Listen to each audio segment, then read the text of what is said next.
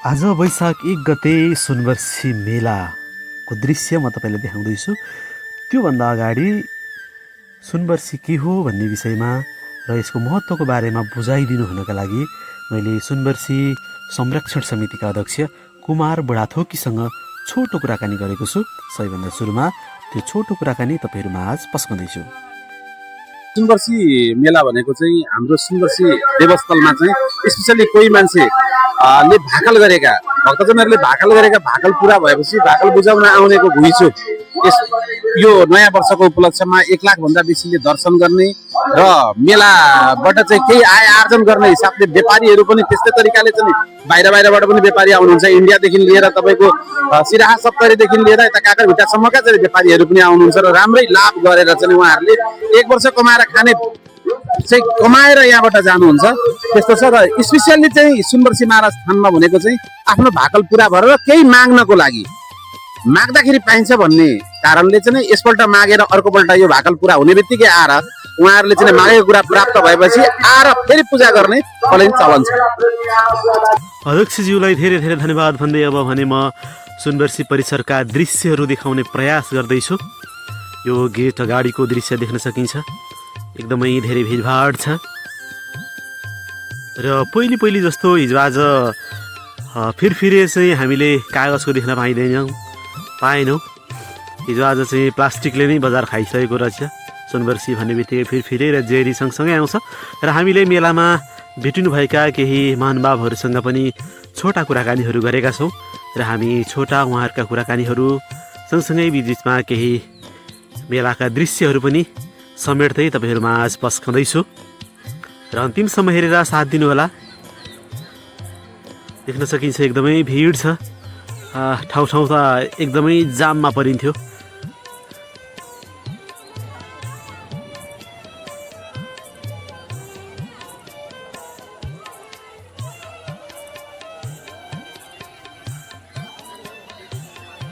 र हामी एकजना महानुभावसँग छोटो कुराकानी गर्दैछौँ। यो अब पुरानो उहिले हामी बच्चा हुँदादेखिको मेला होइन, अनि त्यही सम्झनामा अहिले चाहिँ म झापा जिल्ला दमक नगरपालिका वार्ड नम्बर 5 क्याम्पस मोडबाट आएको हो। यो स्पेसली मेलाको लागि भनेर विगतका वर्षहरूभन्दा अझै रमाइलो अझै बढ्दै गएको रहेछ। मान्छेको चहल पहल व्यापक भएको देखेँ मैले होइन, एकदमै रमाइलो लागिरहेछ। हामी त सानो हुँदादेखि होइन, थाहा पाउँदादेखि भनौँ न जे होस् हामी अब सुनवर्सी मेला आउँथ्यौँ। अहिले पनि 2-3 वर्षको अन्तरालमा चाहिँ आइयो, पोहोर पनि आइएन, पराल पनि आइएन, यसपालि आइयो। रमाइलो छ, यस्तै हो। मिठाईहरू पहिले जस्तो छ त्यस्तै अझै बढिरहेछ होइन, रमाइलो छ त्यो।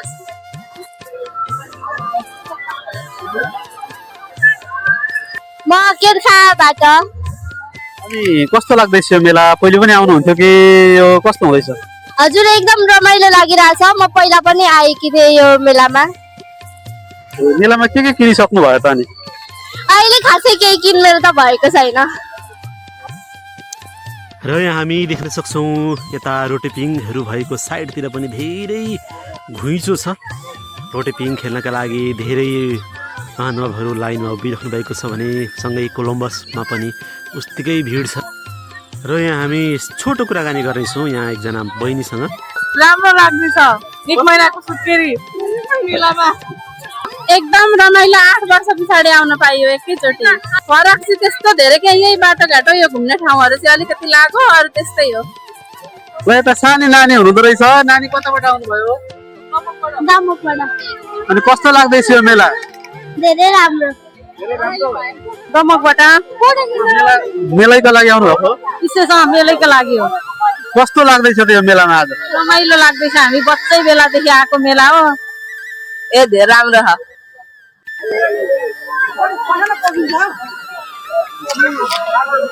सुनवर्सी मेला एकदम रमाइलो छ होइन, वर्षैपछि लाग्ने, सधैँ आउने तीर्थ यात्राको रूपमा पनि र एउटा रमाइलो मेलाको रूपमा पनि हेर्न मिल्ने, टाढा टाढाबाट मान्छेहरू आउने, भेटघाटहरू हुने होइन, राम्रो खालको त्यो रमाइलो छ। हेर्दाखेरि एकदम रमाइलो, अलिकति घामले सताइरहेछ र पनि त्यसमा पनि रमाइलो गर्न मन लागिरहेको छ।